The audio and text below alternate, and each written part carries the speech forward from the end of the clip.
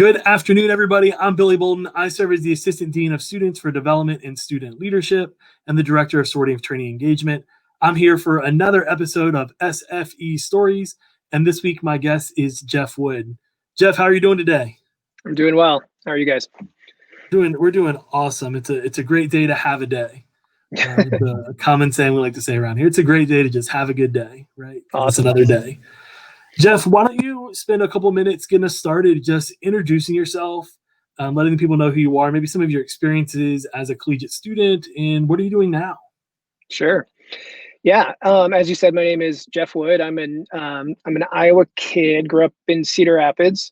Was at Iowa State from like 96 to 2000, and was in the Phi Delta Theta fraternity. During that time, actually lived in Friley Hall as my first semester, and then got recruited. Had a bid to join right out of high school, and decided that I wanted to try. The dorm fraternity, or I guess the residence hall life would probably be the preferred term for that. And quickly found that like where I wanted to be was in the Greek community. So was in Phi Delta and was pretty active as far as all the activities. One of the reasons I joined was I remember sitting in a residence hall like floor meeting, and they would go around and tell like, hey, here's an opportunity to be on the VISHA committee, or here's an opportunity to do this club. And everybody in my particular dorm floor would like kind of joke about who would ever do that. And I was always thinking like, I would kind of like to do that, but I don't want to say anything because clearly the tide of the people I was around, the guys didn't want to do that. And got invited over to the Phi Delta house, and this was spring of '97. So they were doing VISHA floats and things like that. And we're just like, oh yeah, we do everything. That's just part of our culture, is that like, if there's something going on, we're doing it. And I just thought, hey, for my first year or my college experience, I think that we do everything is the place I want to be, not the just laughing at who would ever want to do this. So got involved in Phi Delta, got involved real quick. So I was on a VISHA committee. That next year, Dance Marathon started about that time, and one of the two original directors was a Phi Delta, Andy Peterson. And it was just kind of a thing where it's like, I did go to the first Dance Marathon. It was the basement of State Gym, and I don't think the State Gym that students today know, like it was the old State Gym. Yeah. And it was sweaty, and I think they used our fraternity speakers, like from our like basement parties, were the actual music for it. And it was kind of like we were just going to go see what this thing was, because Andy was doing it, and everybody just fell in love with it. So I wasn't a participant, but I attended, and then joined a committee the next year, and then eventually became Dance Marathon chair my last semester, like the executive director of it, and did a lot of that. Kind of like, that wasn't a specifically Greek community thing, but the Greek community was all about supporting it for sure. And then I was city planning major, so did a lot of stuff in the design school, and then graduated in 2000. Had met my wife at Iowa State. Lived a couple of different places. We got married in a couple of years later and moved to Indianapolis. Was there, kind of worked private sector engineering firms, working with cities as my clients. Went back to school at Indiana and got an MBA part-time, and that led me to the career I'm in today, which is helping small business people. So what I do is I own co-working spaces, which are places that folks can come together and have an office, have a workplace community. If they're working in an entrepreneurial environment, or if they're working on their own, they can kind of come together and have this community together. It's especially important during the pandemic because so many people are working remote now. So we have a bunch of remote people that come in. So we have a space in downtown Des Moines, one in Windsor Heights, which is where I live, where we just announced we're opening one in Jefferson. So it'll be our first rural Iowa space. So that's kind of the last 25 years or so condensed real quick. Yeah, it's a lot of pieces there. I don't know where the best spot is to jump in off of that. I did have a thought that we should. You're probably right about this, about just the level of engagement. It just makes me think about the next like flyer or marketing materials that we send out for the community. We should just be like, sororities and fraternities, we do everything. Yeah, I mean, and not that every fraternity needs to do everything. Like not every chapter needs to do everything. Like that's a big commitment. Because like when I found out what the budget was for a VISHA float back in the day, I was like, that's ridiculous that we put all this time into it. But once I actually like got into it, and I'm not super involved at the Iowa Gamma chapter right now, just because life is going on. I got an 11-year-old and all of that stuff. So I don't get to Ames to do stuff with the chapter as much as I would like to. But the way we used to do it was the people that spent the most time working on the VISHA float got the privilege of riding on the VISHA float and kind of like operating it. So I did that for 3 years.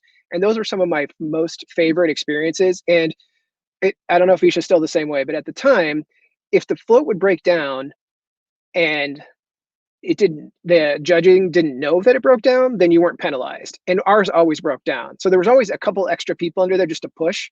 So the whole idea, because it was a Bluebird bus chassis from the 70s, it was a Dodge Dart engine that was under there. So we're sitting in a plywood box usually with an engine inside, like not healthy at all, but Yeah. and I don't have the mechanical skills or the like handyman carpentry skills to do any of that. I just like, people are like, attach this piece of Bluebird there and do that. Like I would just do what people told me to, but I felt like it was important to spend a lot of time there. And then that was kind of the reward, was to have this like pull together team moment with our sorority partners and things like that. And to kind of make that whole thing happen. So I don't know if they're still doing that today or how, well, I guess there's not Visha, right? Like, There's not. is there a homecoming float then? They're working on trying to bring floats back to homecoming. Okay.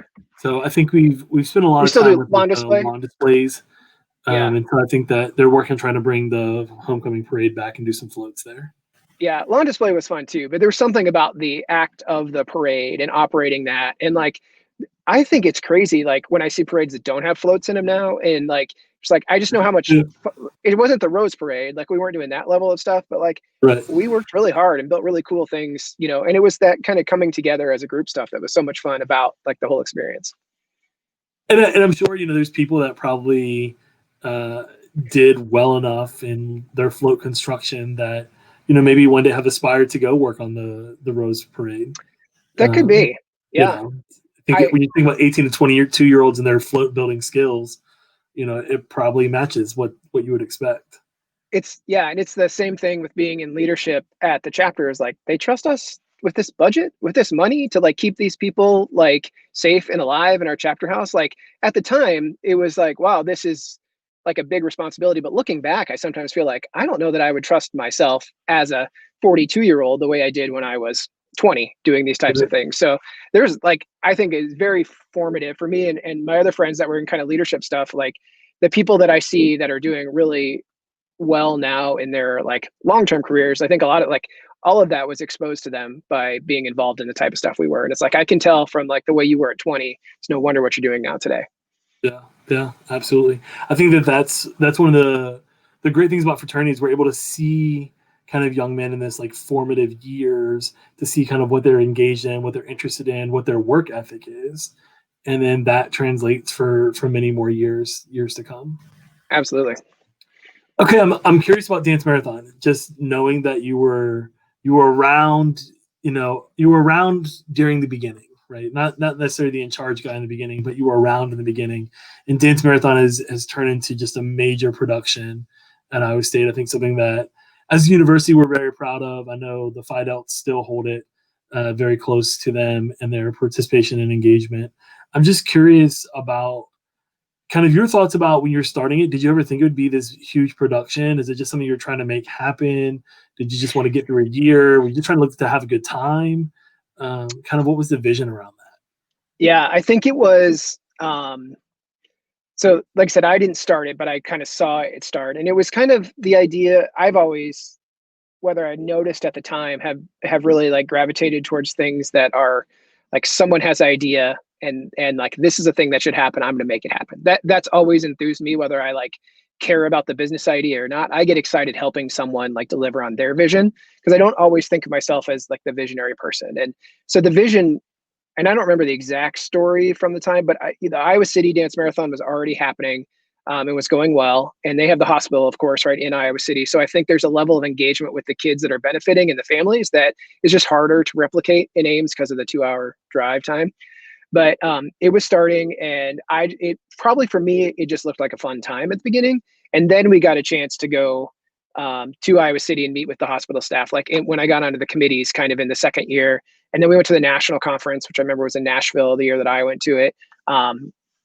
And that's when I really got to understand like the gravity and the weight of like what we were doing. And so I think it can be both, like have a good time, but also like be doing good as you're doing well, like that type of thing. Yeah. I think we always felt a little like, man, it would be great to do as well as the Iowa Dance Marathon, which I think is still like significant, like it's the biggest one in the country that they do. So we always have a little brother thing there that I hate about it. But when I still follow on social media, and I think I get an alumni newsletter from Dance Marathon, so I still see what they do every year. And I haven't been engaged in it personally, but in the past couple of years. But it's pretty awesome that that's a thing that like a guy I know was willing to like help create with his co-director that first year, and then like, it's become this legacy that not only is at the time, so late 90s, we were calling it the biggest student-led philanthropy at Iowa State. I'm sure it's that now. I don't know if we knew that at the time. We just said that. So at the time, so anyway, I'm glad that like legacy is there. Not only is it that legacy, but all the good that it's done for people in the state of Iowa and all the kids. And now there are kids that benefited as kind of miracle kids from the dance marathon that we were involved in that have like graduated from Iowa State since then. So that makes me feel old, but that the whole type of thing. And as I had mentioned before, like, so my wife was in the Gamify chapter at Iowa State, and we knew each other kind of casually on campus, but like we really got to like her earliest remember. I didn't start dating her till after college, but like when we think back about like how we first got to know each other, appreciate each other's humor and stuff, it was us saying movie quotes to each other on the walkie-talkies in the Memorial Union during Dance Marathon. So it didn't like actually become part of our relationship until later, but like we both just love movie quotes, especially like bad 90s movies and 80s movies and that type of thing. So like I personally think very fondly, like the family that I have today, my son, like all of those things kind of trail back to Dance Marathon at Iowa State and what we did back then.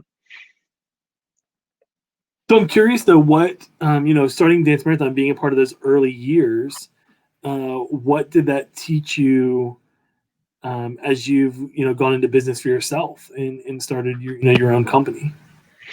Yeah, I think a lot of it is that idea of this is just something that should exist. There's a market for this, and this can do some good. And like when you have a group of people that all feel one way about something, like they did with Dance Marathon. And I guess let me restate that a little bit. Like not just that, but like when you have a charismatic person that people care about. In this case, it was like Andy in our chapter. Like people wanted to see Andy succeed probably more than they cared about the event at first. They just wanted to support their brother that was doing this. I think part of the success that I've had in business has been the community that we've built. And for me, it's around startups and small businesses, entrepreneurs, technologists in Iowa. Like that's what I was doing before I started my own company. I was working with those people. So like curating a community of people that trust you and want to see you succeed and know that because you have an endorsed idea, you have an endorsed idea that is probably one that they should support. That's what helped us kind of launch the business that I have today, which I've had for I think 7 years that we've been open here. So it's a lot different than other people who've gone into business, which is probably other people had success, but like I didn't just like hang out a shingle and say, this is what I'm doing, come see me. It really did come from the community of people that had been curated over time and people I'd worked with. And like I hadn't thought of that until you asked this question, but I would imagine that goes back to what we did building Dance Marathon in the early days and in the Greek community and everything like that. Like everything was kind of that way at the time. Sure.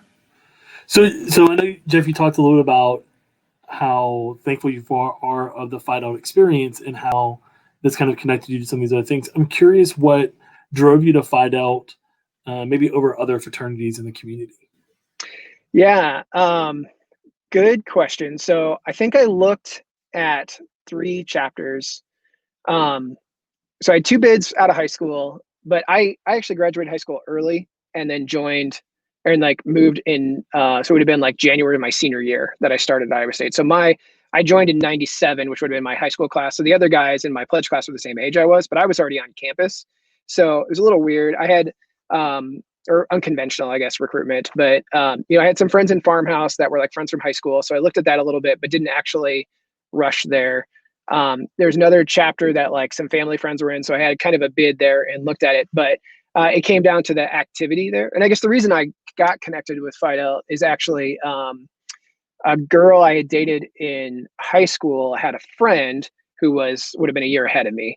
And so he knew I was coming to Iowa State mid-year and kind of gave my name to the rush chairs or whatever that kind of started that whole thing. But I don't remember now like why I didn't just join, because I could have joined that spring class, which would have been really small. I'm glad I waited to be in the bigger class in the fall. But like I said, what cemented it was like the activity of what was going on. So once I got on campus, I knew that was who I was going to join. And I know from our conversations that you've been pretty involved in Fight Out as an undergraduate. I'm sure you had lots of different roles. One thing I'm curious about is the decision to move the chapter house, right? Because when you were an undergrad, you all originally had a house on Welch. just on the corner there of Welch and Knapp, I believe, and then Yep. you moved into the current facility. And so, what was it like to move chapter houses? Why that decision? Why that move? Yeah. It was controversial at the time to us, for sure. So I was the last class that pledged at the house on Welch, and my sophomore year we moved to the Sunset Drive house, and which had been a sorority. So it was kind of like one of my pledge brothers, his dad had been in the chapter, I don't know, 20 some years before us. And he said that they were the alumni board at the time was telling them we're going to get a new house anytime. So we were hearing about this a little bit, but we just kept saying this is something they've been saying for 30 years that we're going to get a new house. Cause our house was old. It had straw insulation in the brick part, where the rooms were, the part that faces Welch, it was brick with straw, and just knowing dudes, the way dudes are, I'm surprised nothing ever happened in that house as far as a candle getting caught on fire, something it was one of those things at the time where I remember everybody knew how to turn the fire alarm off because it would go off in the middle of the night. And it wasn't people got out of bed to go leave the house because there's a fire alarm. It was just who's going to be the one that actually goes and switches the thing off. It was just a thing. So as a dad, as as a business owner, thinking about liability and everything, we should have. I'm surprised everything went as well as it did. I'm sure that's not the only chapter that has stories like that. I assume that's okay to tell. Oh yeah, things like this. So statute of limitations, I'm hoping is long past.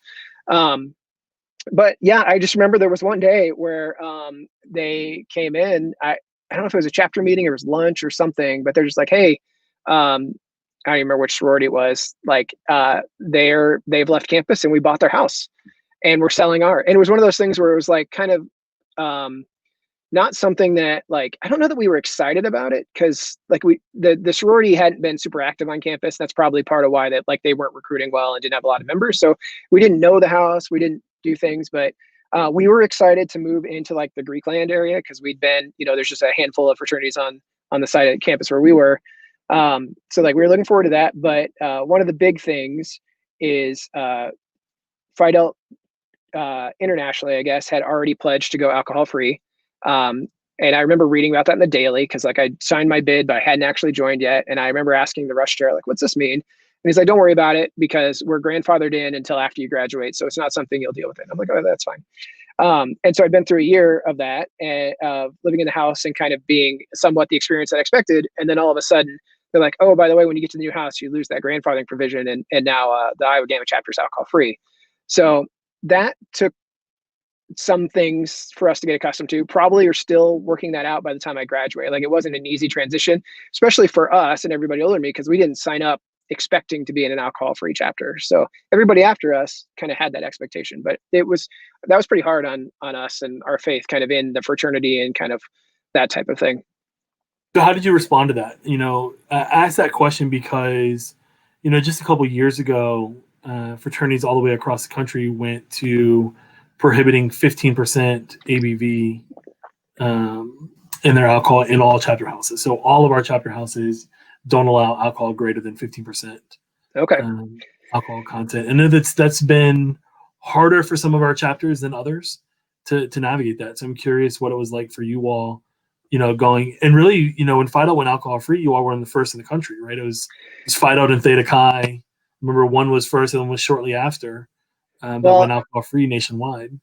Yeah, and when we went alcohol free, there was two other fraternities with us. 3 went together, and I think the other 2 bailed on it. They didn't see it through for whatever reason, and I don't even remember who they were at this point. But that was part of it. As I think we were told by the general headquarters staff and everything, everybody is going to be alcohol free in a couple of years. Insurance rates are going to demand it. Everybody's going to be there, and now here we are. And obviously, that I can understand why they did that, but it was a strange transition because you're not thinking about insurance rates when you're 20. You're just we're not going to have basement parties anymore. Our girl's going to come over anymore, that type of thing. And they said some good things it's not going to be sticky carpet on a Sunday morning when you kind of walk down it. I think we lost a lot of, and it's weird because alcohol's not a big part of my life and it wasn't then, but it was a part that I didn't want to not have. So I feel when you try to talk about that, it feels like a dependency thing. And I don't think that's what it was for us, although maybe for some of the guys. And I've no doubt that it's probably better for everyone's life not to have that. But it's one of those things that when you prohibit it, people find a way, right? And we still did social things. So we did we would sponsor like basement parties with the Teeks and do it there, where we helped, pay for the party and do all the things like that. They just were never at our house. And we would do kind of what the sororities did, where we would have formals off site, and house parties that way, where we would get busing. Like that is all like stuff that I can appreciate now for sure. I think what was really tough was, it fundamentally changed us. And as far as like I said, we did everything. We were involved in everything. We were also a very social house. And I was not the chapter president when this happened. I think I was the third one, because we had semester presidents at the time. So we not only had to like deal with like, how do we move to a new house? How do we set up new processes? Who's staying in? Who's moving out to apartments? But it's also like the people that do stay in, you're alcohol free. And we had a long tradition of winning kind of the top award for Phi Delta, which is called the Harvard Trophy, for all of these years. And it was kind of like Iowa Gamma was the chapter that does that. It was kind of that expectation internally and externally that we do that. And we just weren't the chapter that we had been the year prior. And I remember I sent a letter, the previous president, who had been the spring president and the fall president, we wrote a letter together that summer when awards were due, and basically criticized the leadership decisions by the fraternity nationally, of saying like, because we've taken these steps that you've kind of put upon us, despite us not having issues, like some chapters were having issues, I'm sure chapters today are having issues, but like we didn't have those issues. And it was very like personal to us. So I still have the letter in my closet in like a lockbox of like college things, but it was 7 pages long. We let everybody in the chapter sign it that wanted to. So it was like the type of letter that like senators would send or something. And it sure got their attention. We were requested or told, I don't know. We had a meeting scheduled at the fraternity headquarters in Ohio later that summer, where we met with the fraternity. And so it was like the executive vice president of the fraternity. It was the leadership consultant. It was I think there was probably some general council members that were there. And I think what they were hearing is that we didn't think we could rush without alcohol. And we'd always done dry rush. Like it wasn't a thing that we had done that way. So we didn't feel like we were being heard. We didn't feel like we should be in this position. And we kind of came to an impasse. So like, I don't know that there's a great end to this story, but we came to an impasse with them. And really where they came down is said like, you guys are going to graduate and other guys will come in and they will have accepted this and they will have chosen this. So like, it sucks to be you guys, but like, this is the future of our fraternity. And as 20 years removed from that, like I get why they said that. It just didn't feel great at the time. And so I was proud of our guys that like we took a stand and we said, this is what there's kind of like a chapter versus nationals type of thing that probably every chapter goes through when something comes down you don't like. But I think we all probably learned from that. And there's other times in my life, I'm sure, where I draw back on that experience too, even though, like I said, I didn't come out the winner from that. We had our voice, and I'm sure they were not happy with us for a long time, but it's true. I think it's such an important conversation though, right? Because there's so many decisions that leaders have to make, right? Even as a chapter president, you have to make certain decisions within your own organization about what you want to do or not want to do. And rarely have I ever seen a decision where 100% of people wholeheartedly love and adore and support that decision. And so there's always going to be some level of dissent to any decision. I think a couple of things you shared there that were really important to me is, you talk about having your voice heard.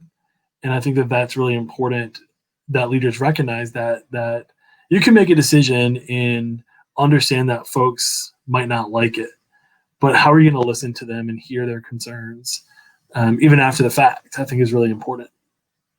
And to their credit, like this was a major change for an organization like they've done. And I can't imagine trying to make a change with 180 chapters, all of those guys in every chapter. Like that's not going to be, you knew that most chapters probably weren't happy about this. So I think, it's probably better for the fraternity. And as far as I know, I don't keep up on I don't see all the national news about fraternities anymore. Like I would imagine this has been good for us, Phi Delta, in the long run, even though we happen to just kind of be in that one time period that it really wasn't great for. So they probably made the right decision.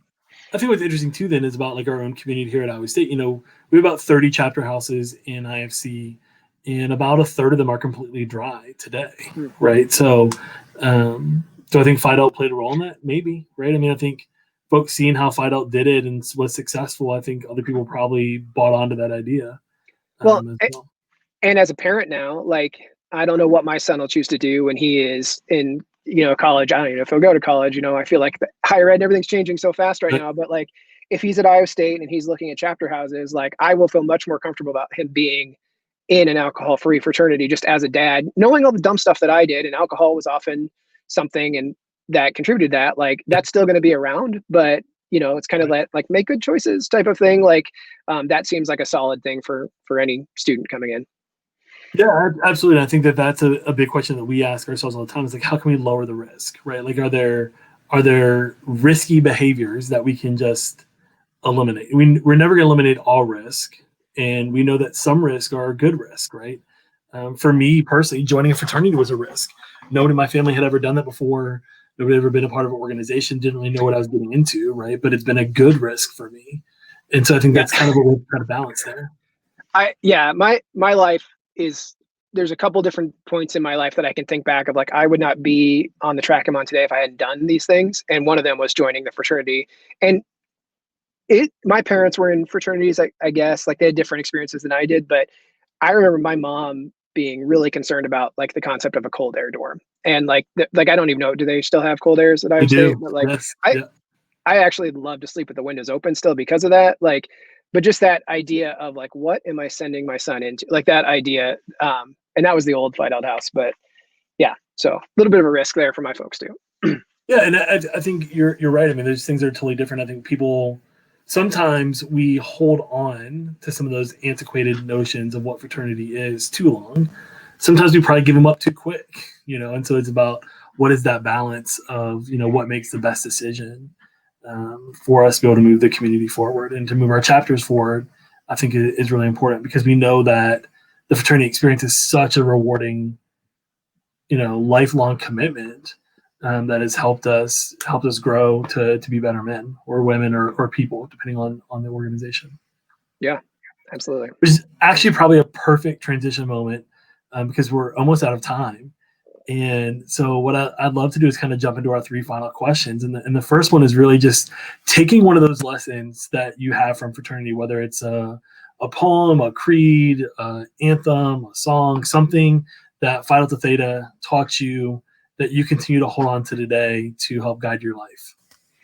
Yeah. The first thing that comes to mind is Robert Morrison was one of the 6 founders of Phi Delta, like the main dude at the time. And I think they called, I was trying to think of what this was. I think they called it Morrison's philosophy. Like, I don't remember exactly what we labeled this, but it was to do what ought to be done, but would not have been done unless I did it, I thought to be my duty.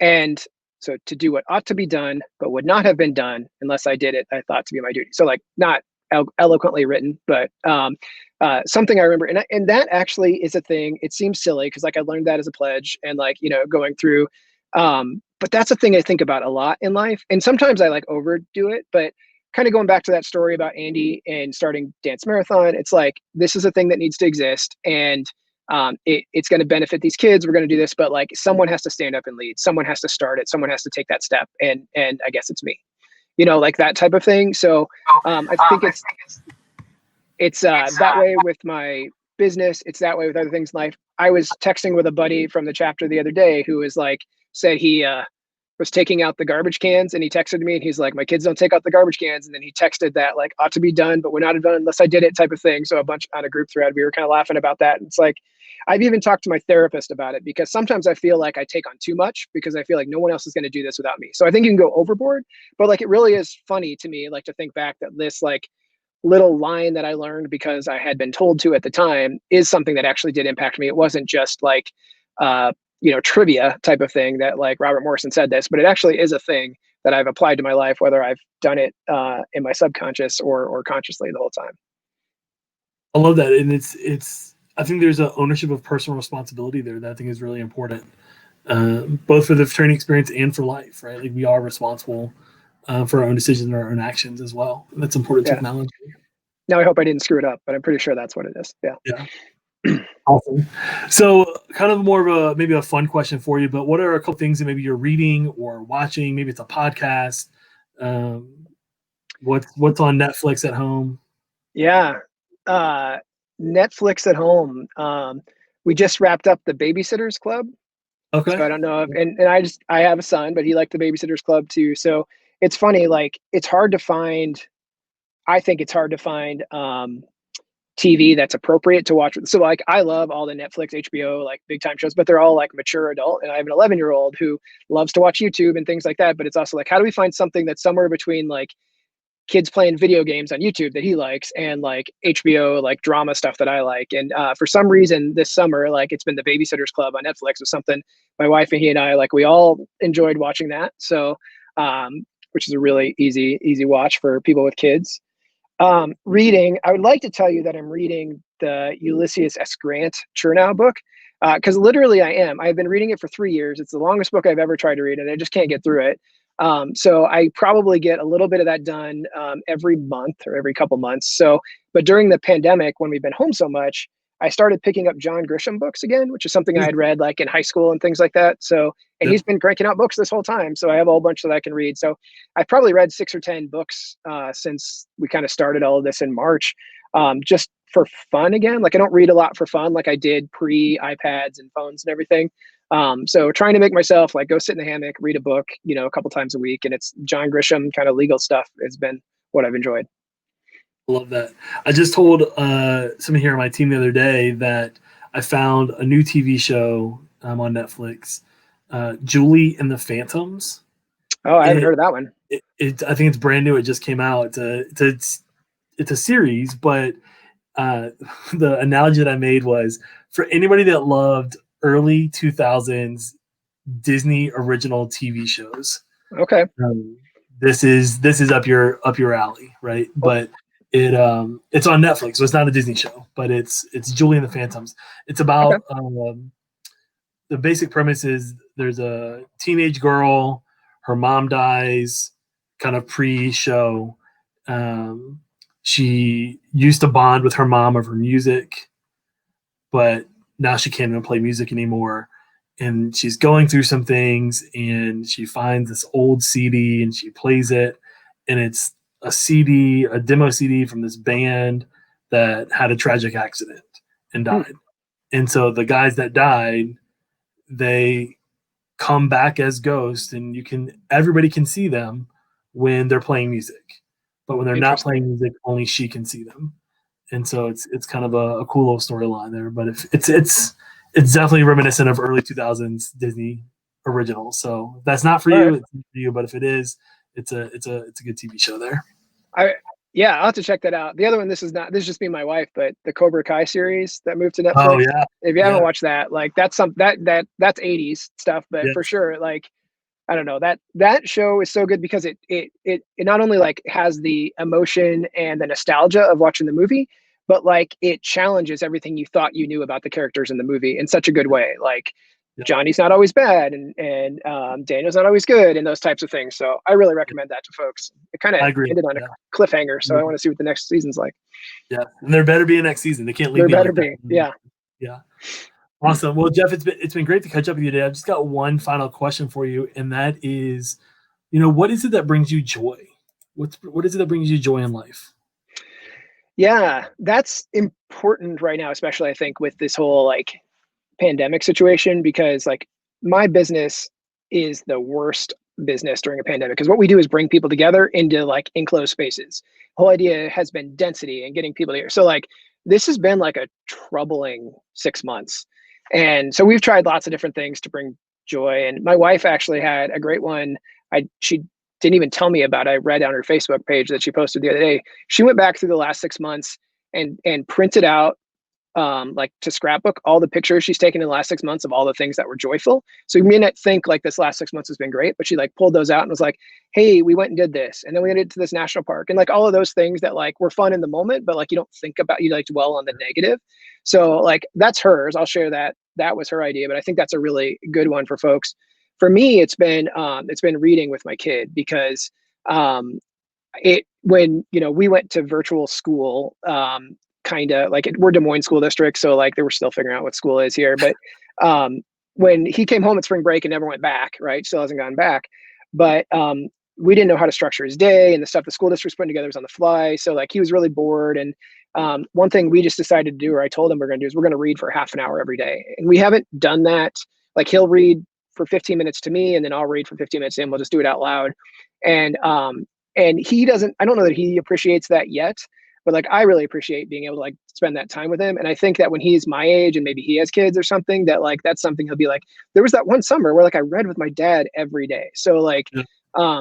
and we're still kind of like, that's actually here in a couple of minutes. I'm going to run home and do that over lunch today.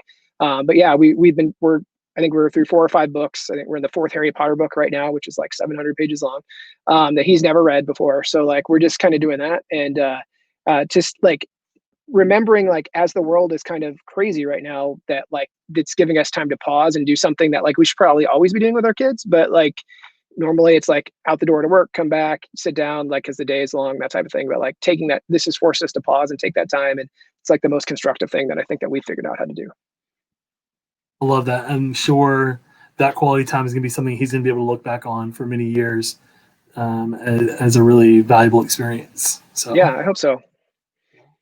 awesome, Geoff. Well, it's been great to learn from you today, to hear some of your story, to have you share some knowledge, with all of our viewers. I can't thank you enough for giving us our time. I'll give you one final opportunity to share anything else that you want to share with us. Oh, I don't know. Like if you are out of school and watching this and want to come check out what we do, gravitatecoworking.com is my business, and we can always use some help and new customers with that. Awesome. Thanks, Geoff.